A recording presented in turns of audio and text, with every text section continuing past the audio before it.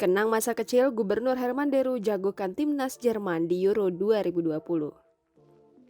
Ajang turnamen sepak bola terbesar di benua biru Euro 2020 mulai digelar. Ada 24 tim yang siap bertarung untuk menjadi yang terbaik di daratan Eropa dalam kompetisi 4 tahunan yang sempat tertunda sejak musim panas 2020 lalu. Beberapa tim besar tetap masuk unggulan sebagai tim yang difavoritkan untuk menjuarai turnamen ini. Jerman, Prancis, Belanda, Inggris, Spanyol, Italia, hingga juara bertahan Portugal bakal sedikit lebih diunggulkan ketimbang tim-tim lain. Laga pembuka akan tersaji pada 11 Juni 2021 antara tim langganan juara Italia menghadapi Turki pada 12 Juni 2021 pukul 2.00 waktu Indonesia Barat. Pesta sepak bola benua biru ini menjadi perhatian orang nomor 1 di Provinsi Sumatera Selatan, Herman Deru.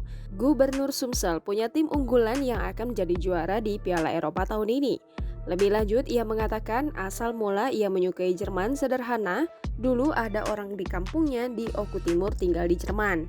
Menurut Herman Deru, ia kagum dengan si suami tersebut yang merupakan orang Oku Timur yang bisa mendapatkan orang Jerman. Bermula dari kekagumannya itulah ia menjadi suka Jerman. Terus kami jadi kagum sama si laki-laki yang orang kami, orang Blitar. Jadi Hebat banget termotivasi. sih orang ini kok bisa dapat Jerman gitu kan?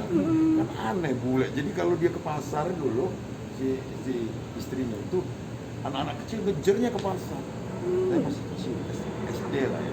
Oke, Pak, Jerman kan nanti tanding dengan Prancis. Nah, Pak Kapolda sendiri menjagokan Prancis. Jadi Bapak dengan Pak Kapolda? Ya kita boleh Seberangan, beda Pak. pilihan, tapi hati tetap satu. Oke.